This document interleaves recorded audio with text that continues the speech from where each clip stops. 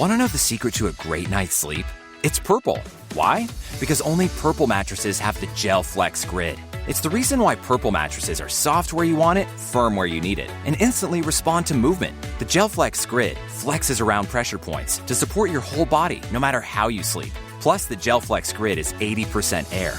It breathes, so you're not too hot or too cold. Learn more about Purple mattresses and the Gel Flex Grid at purple.com. Purple, reinventing sleep. Gearheads know that some projects need so many parts, it feels like you need a whole storage unit just to store them. That's what eBay Motors' 122 million parts are for. Think of it as your virtual parts garage. They've always got the right fitment at the right prices. Use the eBay Motors app or visit ebaymotors.com. Let's ride. Hello and welcome to jasonnewland.com. My name's Jason Newland and this is Relax and Stress Relief podcast. Please only listen when you can safely close your eyes. Now, in this recording I'm going to do something a bit different. So technically this isn't going to be like any of the other recordings, because I'm going to tell you a story. It's a true story. But what it might do is open your mind towards something that I discovered, which may be really useful for you going forward. And it's in connection with chronic pain and stress. Okay? So this might not be the only story I ever tell. I might one day tell you about my own stress issues from the past, and sort of how I kind of overcame them. Although I have talked about that in the past on other podcasts. But this isn't going to be about me. This is going to be about one of my clients back in 2006 or 2007, one of those. Yeah, I think it was 2006. And I was offering a free pain relief service in my local town where I lived. And at the time, I was working full time, and I did this on a Saturday morning. I rented out a therapy room every Saturday morning, and I had up to 4 people come and see me between like 9 and 1, something like that.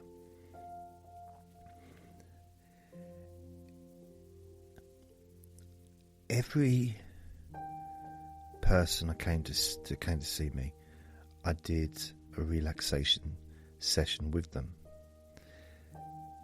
and every single person told me that the level of their pain had reduced substantially. Now, I'm choosing my words there as in they told me, because of course there's no 100% to be able to really, to know whether or not they were telling the truth or they were just not wanting to, upset me by saying that it hadn't worked. But I don't think I present myself in a way so that somebody would want to please me in that way. I was very open to being told that something hadn't worked, because I could then do something else. I could do something different. And in those days, especially with any not recordings, but any one-to-one sessions, especially with pain relief, I was very focused, and stress relief as well. I was kind of like a dog with a bone, in a sense of I wouldn't let it go until I'd reached my client's goal, which was to, reduce the pain. And I'm just thinking, I'm going to tell two stories, actually. Two very important, one for the pain relief, one for stress relief. Both were huge. You understand what I mean when I tell you. So I'm not going to, there's no detail of the conditions that they had, because that's not relevant to the story.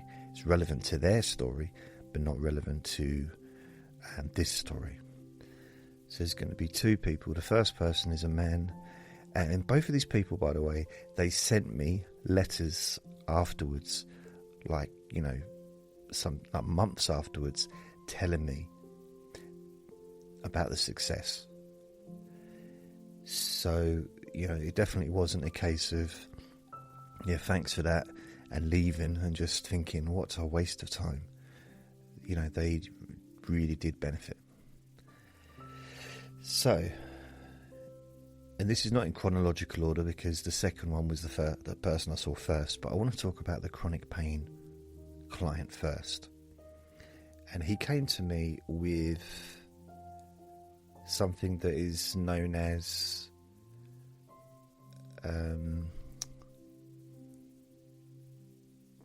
can't believe I've just forgotten the name of the term. False pain.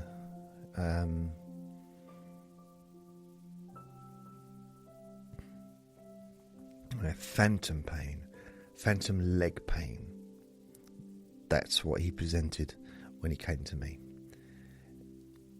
I knew what he was coming to me for, because I've spoken to him on the phone previous for about 3-4 minutes. I'll be honest, I didn't know what I was going to do when he came in. I thought, well, relax him, and see how he is, and see what kind of comes up creatively. Now, I think the first thing, it's not necessarily relevant, but to call anything phantom pain is very disrespectful to the person that's experiencing it, because it's not phantom to them. So, it's this person had a motorbike accident, and really badly damaged his leg, and he had a damaged leg for, I think, he had multiple operations and stuff, because they were trying to save the leg. So he was in a lot of pain for probably about, I think, 2 years or something, and then eventually they amputated it. 7 years previous to him coming to see me. 7 years. And he'd been in pain, constant pain, for 7 years. To the point of, well, you think of the worst case scenario, that's kind of where he'd got to at times. So he came to me, and the reason I'm laughing is because hypnosis is often the last option for people. They'll do everything else but hypnosis, and it'll come as a last chance to try and get some kind of help, which is a little bit of a shame, because for pain relief and for stress relief, hypnosis is brilliant. I guess it depends who does it or who you do it with, and if you listen, I should say, if you listen to my podcasts and you don't feel you're getting the best benefit, do search for other people. I know it's weird that I'm suggesting to go away, but I want you to stay, but never give up, because there's lots of people out there that are good, probably way better than me, some that are perhaps worse, I don't know. I try and work on the basis of it's not all done in just one recording. Each recording builds upon the last one, even though it may be completely separate, have nothing in common, it may seem. But there's that continuity. I guess it's my voice is the continuity. There's the relaxation, which is the continuity, and different ideas. And what you might find is over time, changes start to happen. It may happen instantly. It may happen, during the recording. You feel more relaxed. But something bigger happens, something deeper, which can change how you think. And you can end up feeling more positive about yourself and having more love for you. Starting to feel a bit more gratitude for what you have instead of focusing on what you don't have. And I'm being general with that. As a human being, I know that I do that sometimes, and I think it's a general human habit is to sometimes focus a bit too much on the negative than on the positive. And I'm a big believer in trying to find positives that are real. Like I've got a grumbly stomach for some reason. I've just eaten. So I don't know why that is. Shush. Now, if you can find positives about yourself that are real, that you believe, that you know to be true, it doesn't matter how big or small they are, you can then build upon that. And then as time goes by, you start to realise when I say certain things that you do actually deserve to be happy. It's not just a throwaway line or a cliche or whatever those various words that basically mean bullshit. Because it's not. It's real. Why shouldn't you be happy? Some people say, oh, because of what I did when the past is gone. This is now.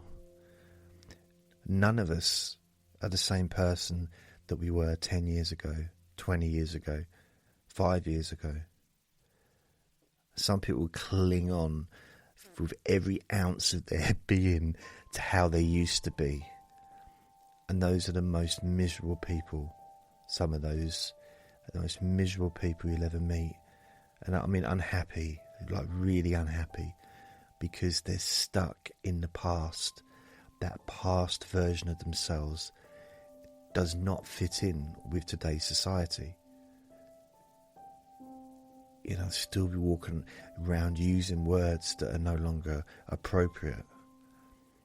And it's hard to keep up with all that stuff.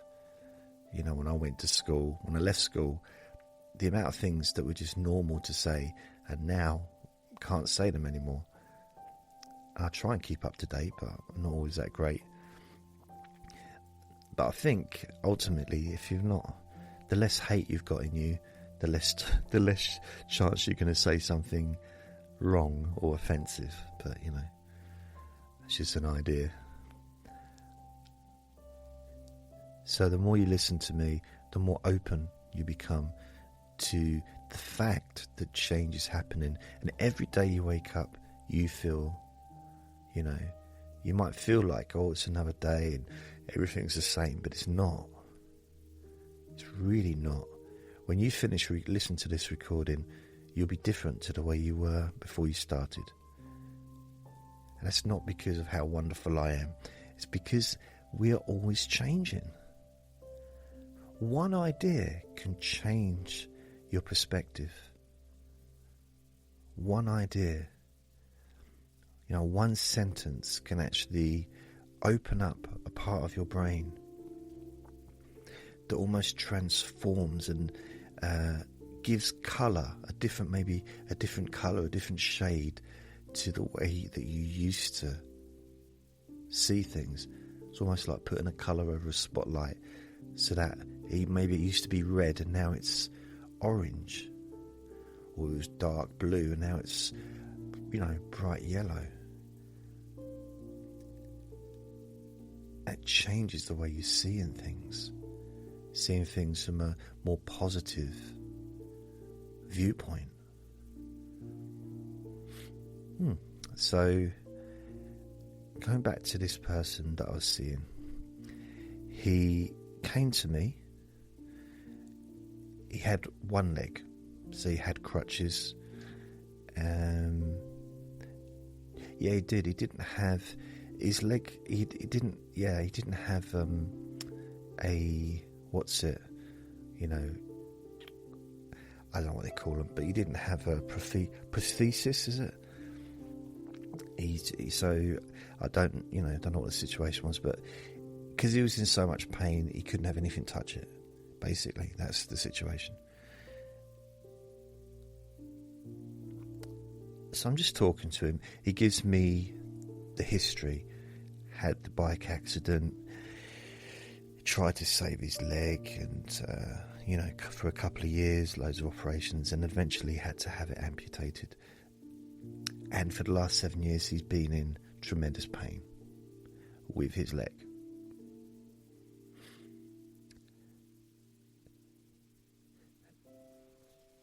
I didn't know what to do. So I thought I need more information than this. And with the best will in the world, having also been a counsellor, I'm qualified as a counsellor, counselled for about 3 years full time. People miss stuff out.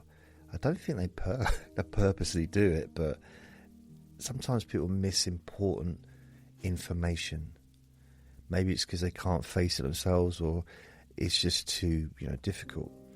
I'll give you an example. There was this lady that came to me for hypnosis. She had a phobia of travelling to the airport. That was the thing. So she was scared of flying, but it was the travelling to the airport that was the thing. That was the biggest thing. Absolutely scared. Like really, really. And I was trying to think, I couldn't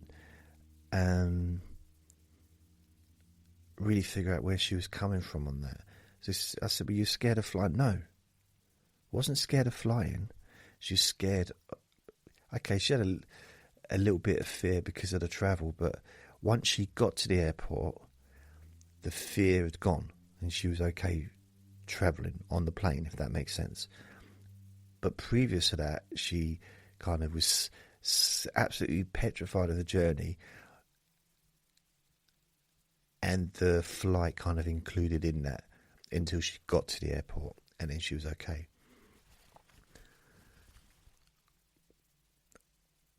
So I couldn't just leave it there. I had to find out what was the cause, because there was a cause on that one. That kind of stuff doesn't just suddenly appear for no reason. And she said, I don't know, and I did some relaxation with her, and just for the first time. She came back twice. The first time she did relax, and we did some visualization and did some rehearsal, because she had a trip coming up at the end of the month, so it's about 3 weeks away. So I saw her the first time, and she said, okay, well, I feel a bit better about the journey than I did. Probably the stress level would reduce by about 50%. We rehearsed the journey in our mind. We rehearsed it, and so because if your mind is imagining something happening, your body and your neurological system and all that stuff doesn't know the difference between imagining it and actually happening with things like that. So that's the only reason phobias can exist, because of the imagination. We couldn't have a phobia of something based on something that happened in the past, because it happened and that was it. It's only by thinking about it, almost reliving it, that creates that phobia. And if the mind didn't work that way, if the mind didn't work in a way of being able to just believe what's going on, the whole body kind of joins in, the party of negativity, and the body and the mind doesn't know any different, in a sense of what you think about. Your body and your brain, whatever, all seems to believe it. So that's something worth thinking about. What we feed into our minds is often really believed, even though it might be absolute rubbish. So the second week she came back. Oh, by the way, just relax while I talk to you. You probably are anyway. Just chill out. There's a few ideas that will come up. And the learning, I say learning, but the point of these stories, I think, will become evident, very soon. And it may change the way that you approach listening to these recordings in some ways, because it just shows there's more going on. There's more to it. And the power of imagination and relaxing is infinite, because we're already using our imagination.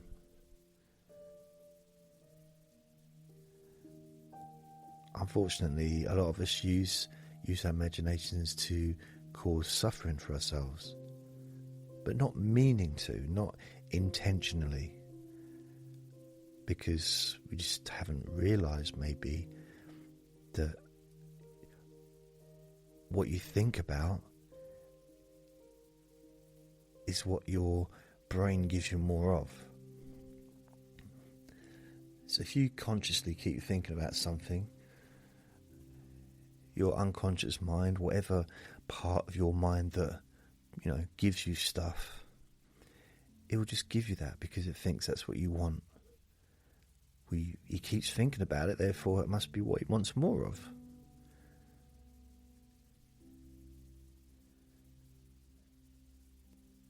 When actually it's the last thing you want.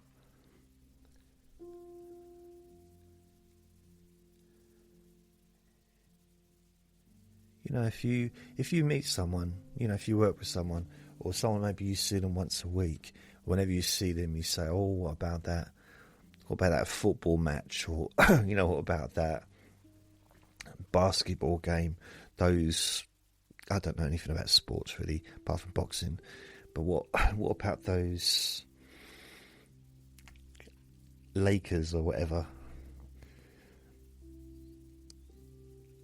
And that person would say, oh yeah, they're really good, that was good, that was, yeah. And you get into that like little chatting about the Lakers, when actually neither of you will really want to talk about the Lakers. But for the next 5 years, every week when you see each other, you end up talking about the Lakers, because both of you think the other one wants to talk about it. But you don't. You just couldn't think of anything else to talk about. You saw that they had a book on the side, which was a book about the Lakers club. And you thought, oh, they must be a fan of the Lakers. I know a little bit. I'll just say hello. What about the Lakers? Just so you could get on with them. The fact that that book might actually be a gift for a friend. And they might absolutely have no interest in that particular sport. So, you know, you get more of what they think you want. Oh, he wants to talk about the Lakers, so I'll talk about the Lakers. It's just, they start bringing you in, you know, Lakers merchandise and start saying, do you want to go to a Lakers game? And like, no, I don't. Now, I don't know I know the Lakers are famous. I don't know anything about them. So I don't know if it's is it baseball or football? I'm not sure. Or is it basketball or skiing? I don't know. I'm English. We don't really have basketball, and we don't have American football here either. Well, we do, actually. We do a little bit. So, this lady came back to me the second week, the one that was having phobias travelling to the airport. And she mentions, on a whim, just off the cuff, oh yeah, I had a crash. I had a really bad car crash 3 years ago on the way to the airport. And I said, do you think that might have something to do? Because I think we were talking about, she was talking about car insurance. That's how she got to that. And she asked me what I did. And I said I work in car insurance because that's what I did during the week. And I was doing the hypnosis at the weekends. I said, I work in car insurance. She said, oh yeah, I had a problem with the car insurance a few years ago. I said, yeah? She said, yeah, they wouldn't pay out because I had this really bad car crash 3 years ago. And then she said, yeah, it was on the way to the airport. So she wasn't telling me about that. She was just talking about the insurance. I said, wait a minute. You had a car crash, a bad car crash, and you were injured on the way to the airport. She said, yeah, I was on my way to go on holiday. And I just looked at her, I figured that we were on the same page. And then she said, well, so what insurance company do you work for? Like, no. Let's backpedal a little bit. You had a car accident on the way to the airport. She said, yeah. And you got phobia of travelling to the airport. She said, oh. As soon as she realised where the phobia started, it changed. Now she still wanted some relaxation and to prepare for the trip, but that rigidness had gone. She started laughing actually at how ridiculous the scenario was that she hadn't remembered that. And yeah, she had a relaxation session because she was here anyway, so it was there for an hour or 50 minutes. And then she went off and sent me a letter a few weeks later saying she'd had a really good trip, no problems going to the airport, and thank you. So going back to this man with the phantom limb pain. Again, I had to delve a little bit more into it because I couldn't, other than relax his mind, the one thing I wasn't going to do, which didn't seem right, this didn't seem the right thing to do, is to relax him and say to him, you know, basically your pain isn't real. It isn't real. It's just phantom limb pain. It doesn't exist. And technically, no physical pain exists in a sense of it's not in that part of the body, it's coming from the brain. You know, there's a message from that part of the body, goes up your spinal cord to a part of your brain, which is responsible for, you know, that part of the body. And then the brain sends a signal down your spinal cord, which is pain. You know, so the pain isn't actually in that part of your body. The injury is, but the pain, it comes from the brain. Now, it doesn't feel like that, I know, but that's the way it works. I mean, apparently, when our vision, we're actually seeing things upside down, but our brain changes it so it's up the right way. Weird the way that humans are built. Very strange. So I wasn't going to say to him, yeah, the pain doesn't exist, it's just in your head. All pain is in our head. Technically, you know, as far as, you know, as I said then, how it comes from the brain, which I don't class as the head. For me, the head is the scalp. The brain, it's inside the head. So I didn't want to say to him, oh, no, there's no pain there, because that would be condescending and almost cruel to say something like that to somebody that had 7 years of excruciating pain. So I asked him to tell me a bit more about the accident, about his leg, you know, during that period of having it, before he had it amputated.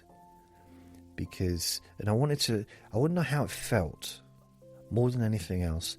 I wanted to know how his leg felt, because, it's in pain, it's not enough for what I needed to do. Give me a scale of 10, between 1 and 10. He said 10. That wasn't enough. It's great to gauge sometimes, especially if you're medicating someone.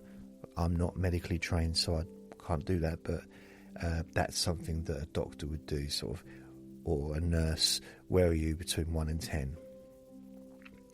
I studied chronic pain for years, like proper textbooks and stuff. I wanted to become a pain specialist, but unfortunately I have no intelligence, so I wasn't able to. Damn, who'd have thought? So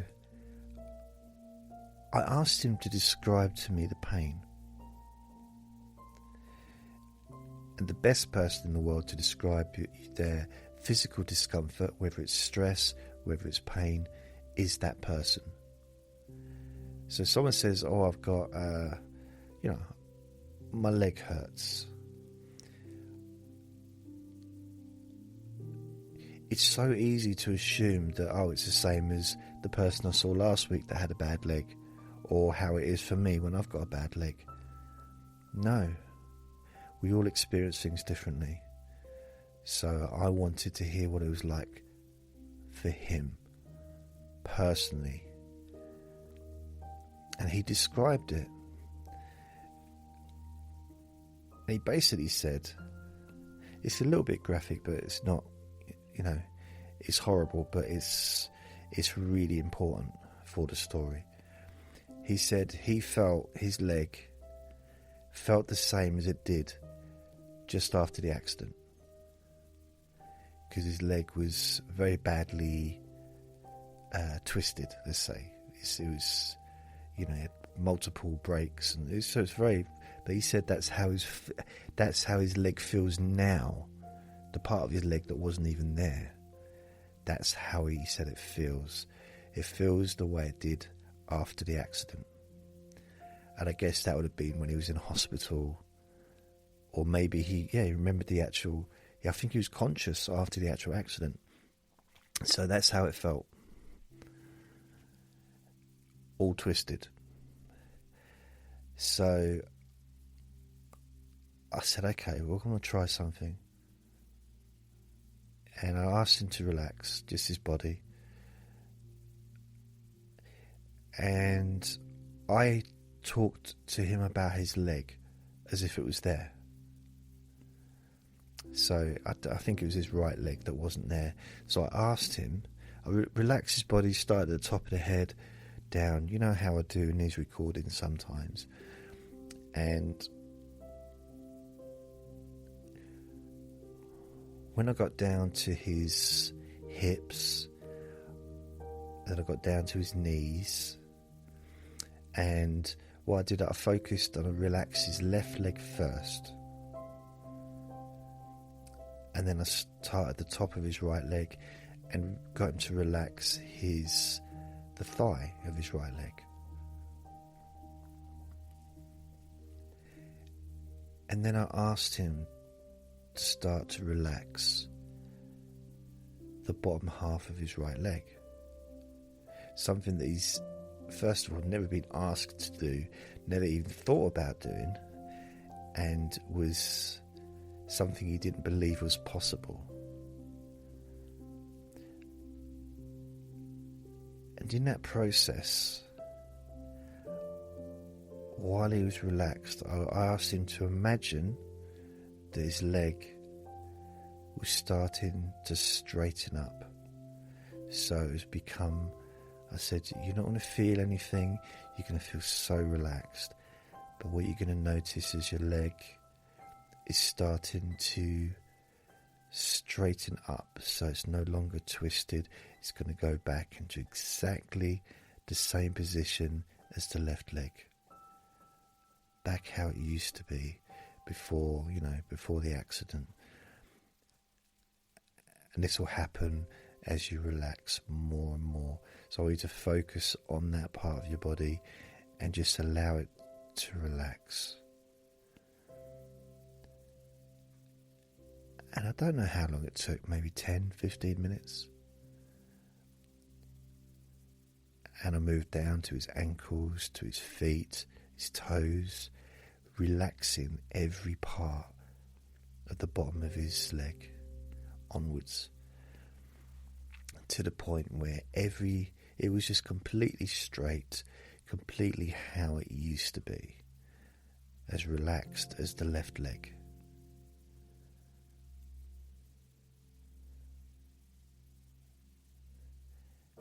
And then we finished the session. Well, I didn't finish it. I asked him to open his eyes because, I'd always like to have at least 10 minutes at the end back then where I could talk about what we'd done, find out how he was feeling. And he couldn't believe it. His leg no longer felt twisted.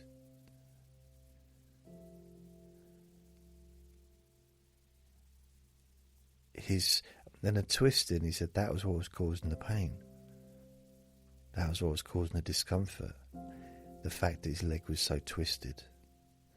Now that it's reset and back to its normal shape, the same as the left leg, everything facing the right way, it wasn't hurting anymore.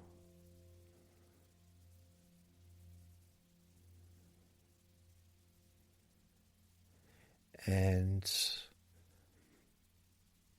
I think I was probably more surprised than he was. So he left. He said, thank you. I said, come back next week.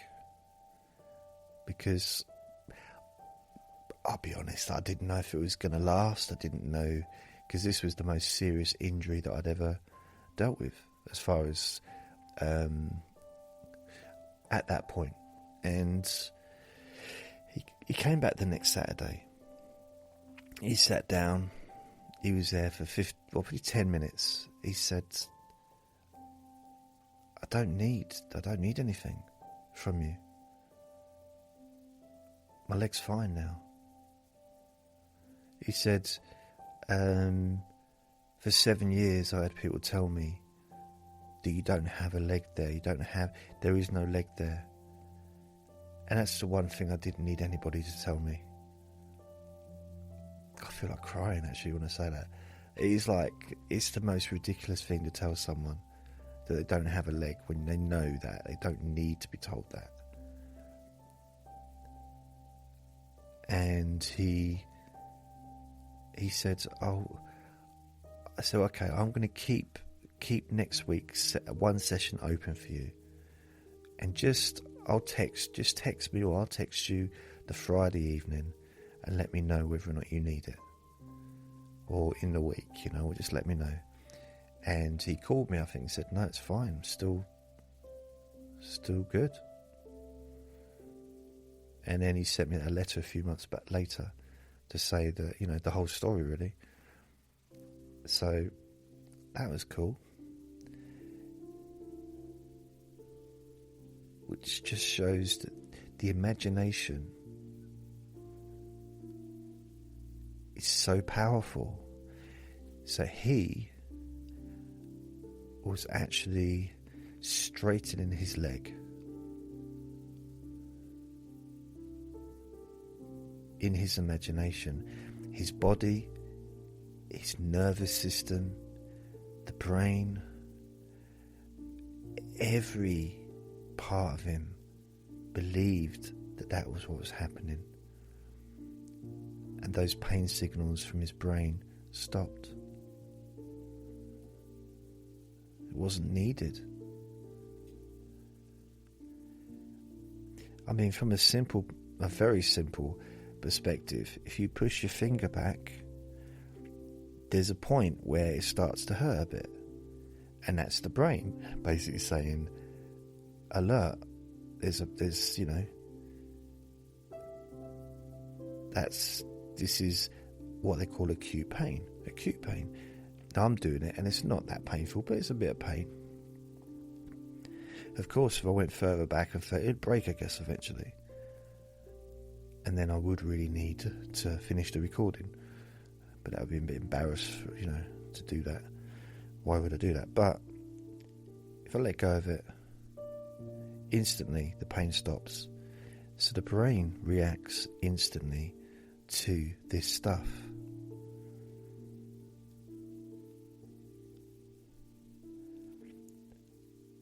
Now, if the pain is still there when I let go, there's two things. Either I've damaged my finger, or that would be the equivalent of having chronic pain where it's not needed.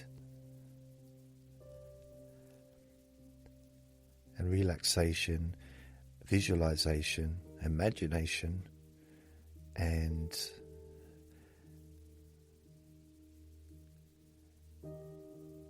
that's really all you need.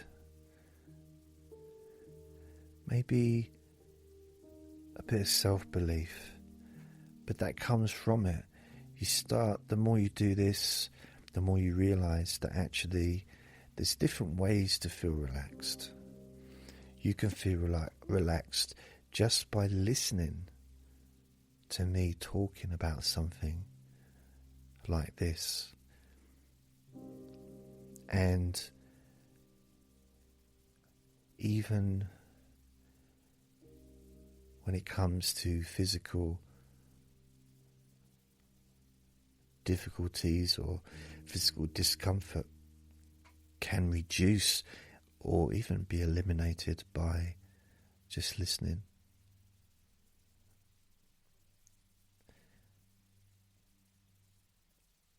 So now what I'm going to do is talk about the next person, and this is very much to do with stress relief, okay? So we've done chronic pain relief, an extreme version with using relaxation. And I think these two stories pretty much sum up the reason for this podcast: stress and pain relief. So this next person, again, it's an extreme situation. I had to go to her house because she was too ill to travel. She had needed double lung transplant. And now that wasn't the issue. Okay, her issue, that was the issue for her, but the issue that she asked me to go and see her for was she had a lifelong phobia of hospitals. a lifelong phobia, to the point of not even being able to step inside a hospital. Now, she needed to be on a transplant list. She wanted to be on a transplant list, and if she didn't get a transplant, then worst case scenario. And she needed one soon. However, twice she'd had appointments to go into the hospital and to have all the tests that they have to do to find out if she was compatible in order to be able to have a transplant. I guess if she was able to go through, to cope with the operation, all that stuff. I don't know the ins and outs, but I think she had to go in for about 2 days to have all these different tests. She was petrified. I'll be honest, I think I would be too, but it wasn't about, it was about going into the hospital itself. And she'd had 2 appointments previous. She stepped inside the hospital twice and ran out crying and didn't go back. Her specialist, the doctor, the specialist, said to her she had one last chance. Because of the huge waiting lists and stuff, and he said that if you don't, if you just don't turn up, because this is the day, she couldn't really cancel. You can't cancel an appointment like that. 10 minutes before you're supposed to be there, because it's such a big process, 2 days worth of tests. So he said, you've got one last chance. If you don't turn up for this appointment and stay for the 2 days and have all the tests, you won't be being put on the transplant list, which basically was a death sentence. However way you look at it, it's, if she didn't get a transplant, she wasn't going to survive. Not much pressure on me then, and she wasn't easy to deal with either, because she was skeptical. She didn't believe that I could help her. She didn't know me.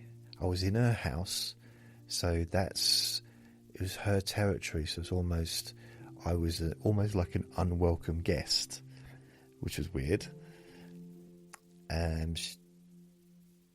But I had instant compassion for her, because she was sitting there with an oxygen tank and she clearly was unwell. But she didn't seem like she really wanted me there. But I wasn't going to leave until I'd done what I went there for. I'm not saying that I wouldn't have left if she told me to get out. Of course I would have done, but I was determined to accomplish the goal that she wanted, which was, I think this was a Saturday afternoon, and she had an appointment at Tuesday morning. That's, the distance wasn't long away. So I was the last resort. So I tried a few things. Nothing worked. All the stuff I started at the beginning didn't work. She thought, no, that's rubbish. That's not made any difference. So I'm not going to go through all the different techniques, but I found a way to relax her. And it really was a case of trying everything that I could think of. And once I got that relaxation, things changed.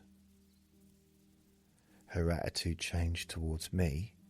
Her attitude changed towards herself and what was going to happen. Now, I ended up feeling quite close to her, actually, the preceding months, and we got on really well.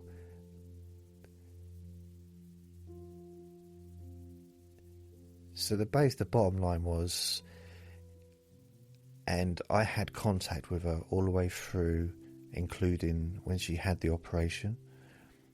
I would just say she did turn up to the tests on the Tuesday morning, walked right in, had all the tests. Apparently she was laughing loads when she was there. It's almost like she felt free. There's a freedom that she had, and apart from the fact that this was going to hopefully save her life, there was a freedom because she didn't have that anxiety anymore. It was gone. And I spoke to her a couple of days later, I think probably on a Thursday, so she'd had the Tuesday and a Wednesday in there. Spoke to Thursday evening, and she was saying, yeah, it was really good, I was laughing, and everything's gone through fine, and I'm now on the list. And I think about 2 weeks later she had the operation in Papworth Hospital in Cambridge, and I actually visited her to give her some pain relief, to help her, because she'd had a major operation, had pain, so I went there and helped her with that. So the stress that she had, I suppose one of the points, I guess my point is, I'm trying to kind of get to, is that was so extreme. Not extreme as in unwarranted, but really, really painful anxiety that she had. But also potentially life-ending anxiety. It was getting in the way of her survival.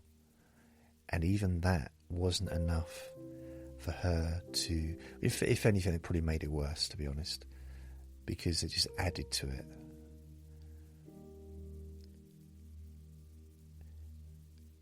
And everything, from up to the operation and stuff, everything worked out fine. And she had all the tests and everything, and what she came to me for was successful. But I guess the point really is, no matter what level of stress any of us may have had in the past, it can be reduced. It really can. It might take a bit of time, but it can be reduced in a short time. And the more it's reduced, the more often. So if you listen every day, you listen to a stress relief session or pain relief session, whatever it might be, some of that stays with you. Those feelings of relaxation, comfort, stay with you. You absorb it. You absorb that positivity. And it changes things. It really does. It changes things. It changes the way you think and the way you feel, possibly about more than just how you physically feel or how you emotionally feel, more relaxed, but also, things in life. Start to notice more of the positive things, and that's quite transformative. So, as I said at the beginning of this recording, it's a little bit different from normal, but I thought it was useful, a couple of useful stories that may help from, just in a sense of changing the perspective, realizing that, changes really can happen, and they can happen pretty damn quick sometimes. But they don't have to. There's nothing wrong with things going at a nice, easy pace. Because that's more, I guess, what I'm into now. Into a slow process. And part of that reason is because I don't know the ins and outs of the people listening at home. So the thousands of people that may be listening to this, I don't know, I can't be hugely specific in some cases.